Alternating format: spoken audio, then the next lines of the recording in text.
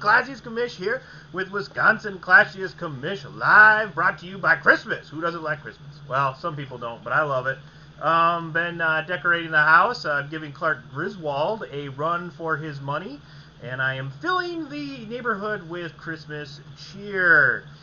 Alright, so what the big deal is this year with the expanded NFL schedule, this is the final week of the regular season for Wisconsin's Classiest Fantasy Football League, and as always, there is some chaos brewing.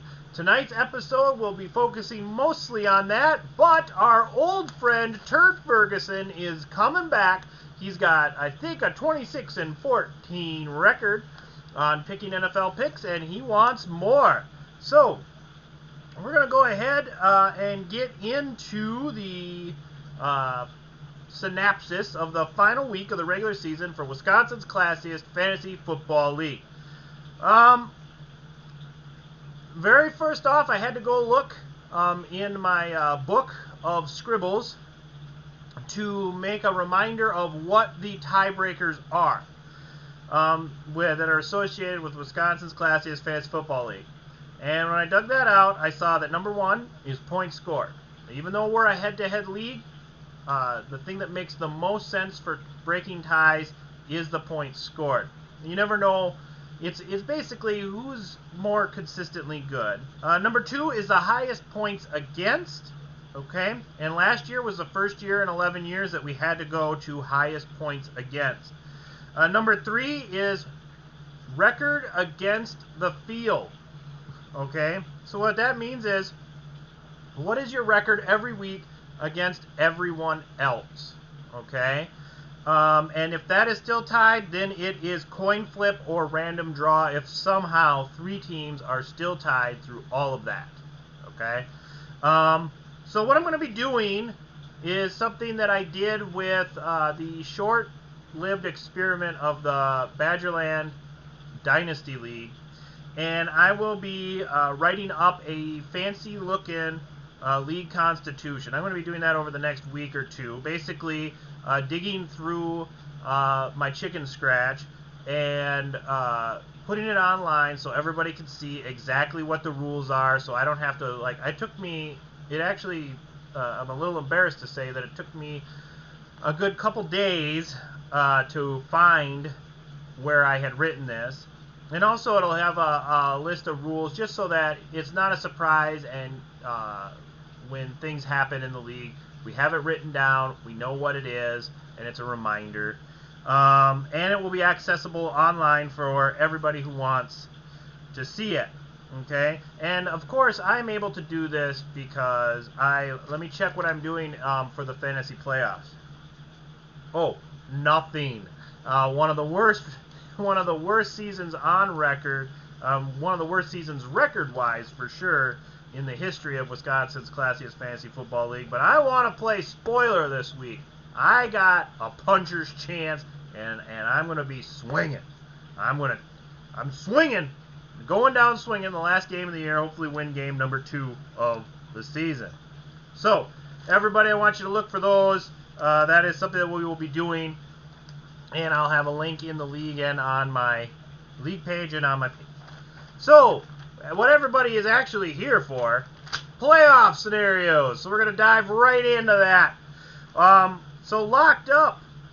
Well, maybe we'll start with the people who have locked up not playing in the playoffs. So with the loss last week and the other wins and the way things fell, the last dance has fallen into the pile of teams that it does not qualify for the playoffs this season. They are out.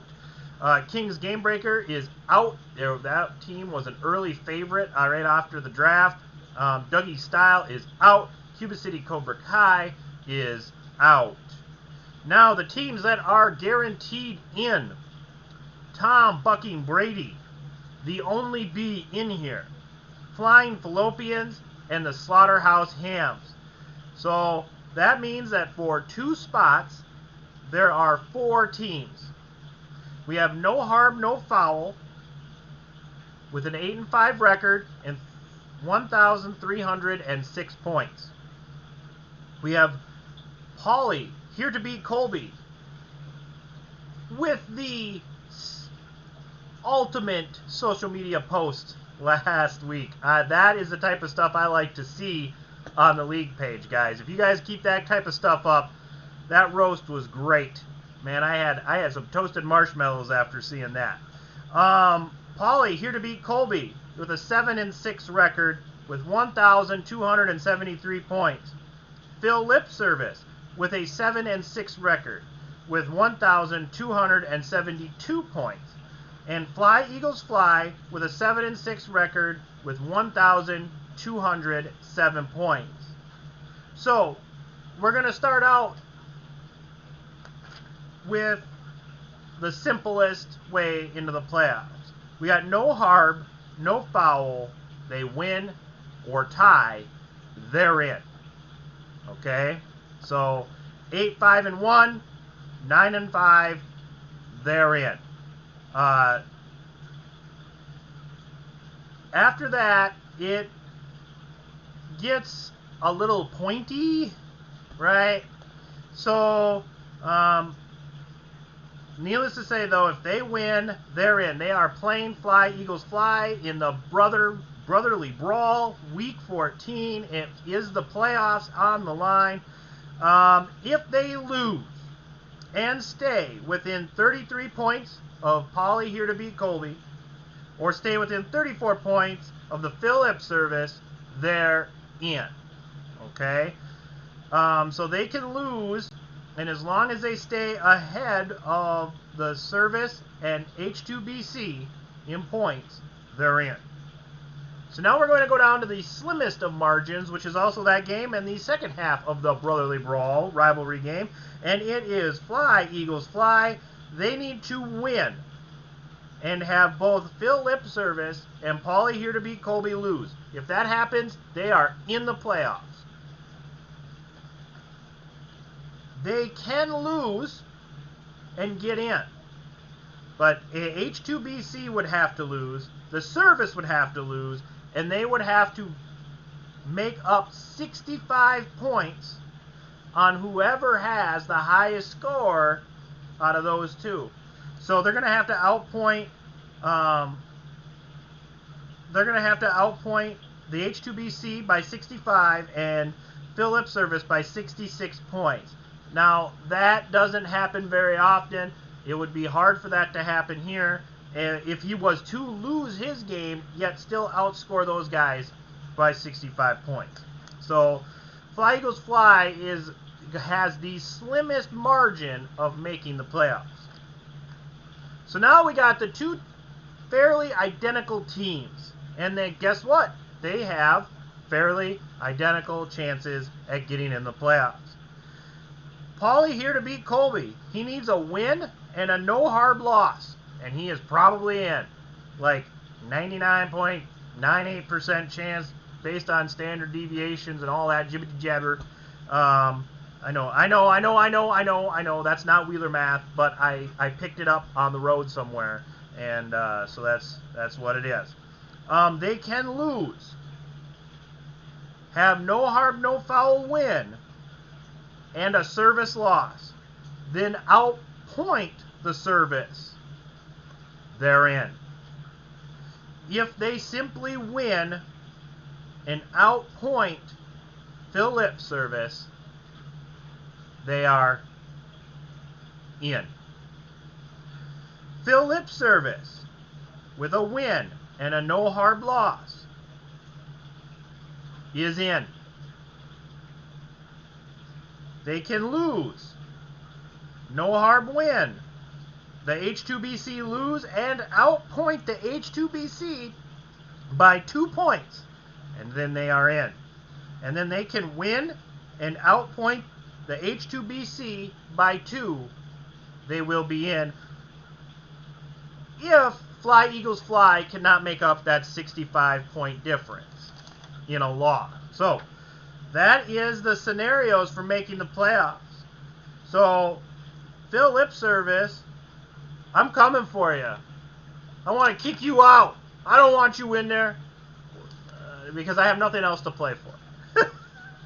It'd be great to be one of 2 teams that can end the season with a win. On to the divisions.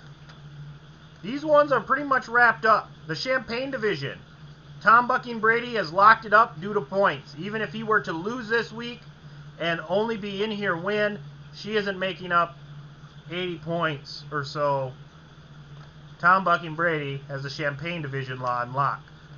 The Caviar division, the Flying Fallopians has that one locked up. So that takes us to the Crab division. The Hams, with a win, wins the division. Or a no-harm loss. Okay? And then the Hams will win it. If no-harm wins, he does have a pretty massive point total to make up. So this division is pretty much in the Hams. But the only way the Hams can lose it is if they lose, no harm puts up a ridiculous amount of points and takes the Hams out. So the Hams with a win or a no harm loss wins the Crab division. But the one everybody wants to know is the number 1 seed coming with you get your money back, you get the DJ Masco award, and this one is Tom Bucking Brady's to lose. He's got it. He wins, it's his. It's that simple. Tom Bucking Brady wins, no one's making up that point total. He wins, there he's in. The Slaughterhouse Hams need a win and a Tom Bucking Brady loss. If that happens, the Hams got it. And the Flying Fallopians need a win and a Hams and a Brady's loss. All 3 of these teams are point spread out far enough to where the points are probably not going to matter. So, the Fallopians need the Hams and Tom Brady to lose. The Hams need Tom Brady to lose, and they need to win. And the Tom Bucking Brady controls the whole thing all by himself, bringing in even more money to that Barons household through the league this year with a win. So a win, and Tom Bucking Brady has the number 1 seed. Okay, so now we are going to move on. We're going to go get our old buddy Turd Ferguson in here, and he's going to make some NFL picks, all right? Hey, Turd! Turd! You coming? Hey, get in here. What? No! You can't finish your drink. You got to get in here. No! I don't care if you got to repaint your Trans Am. You got to get in here.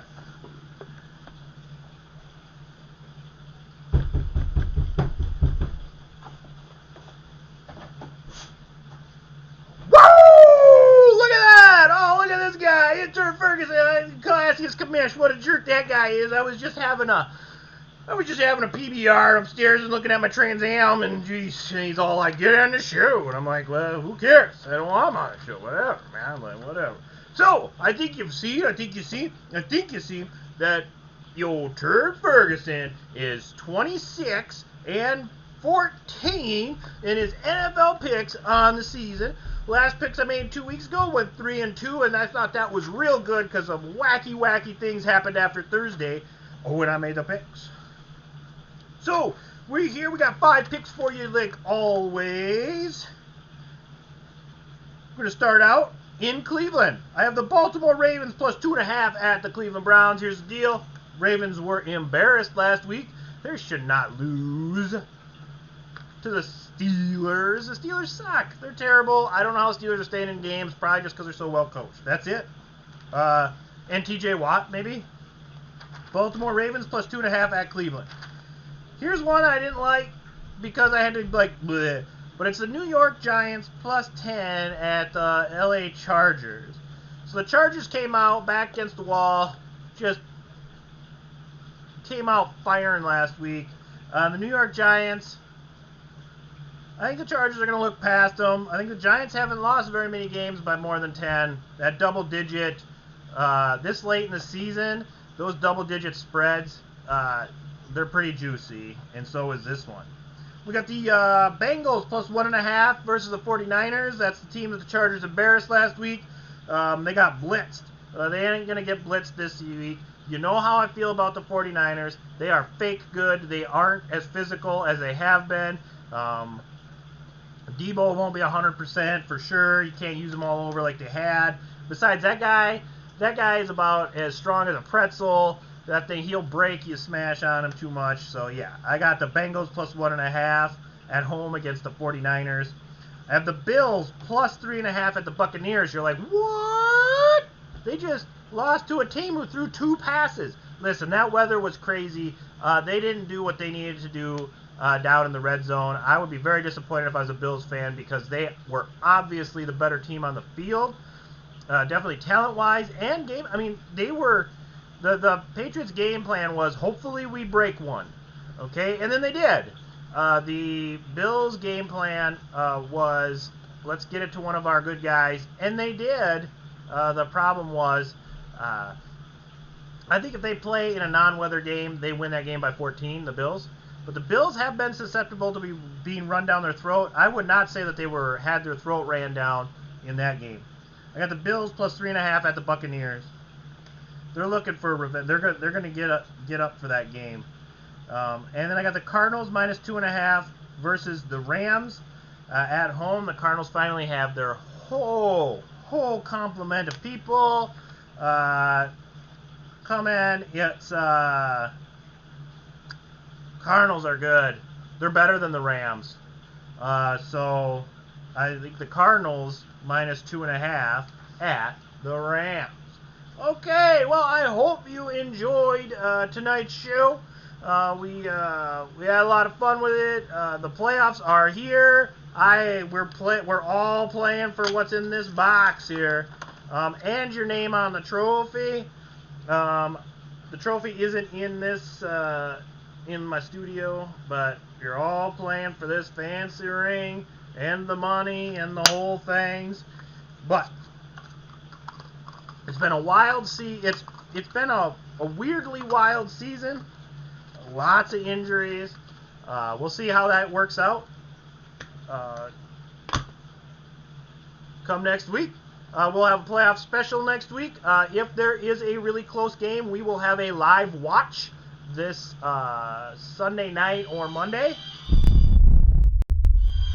Thanks, everybody, for watching. I'm going to have to... they're playing me off, guys. They're telling me I gotta go. So hey, watch the game tonight. I hope everything goes well for you. I hope everything is lucky and stay classy.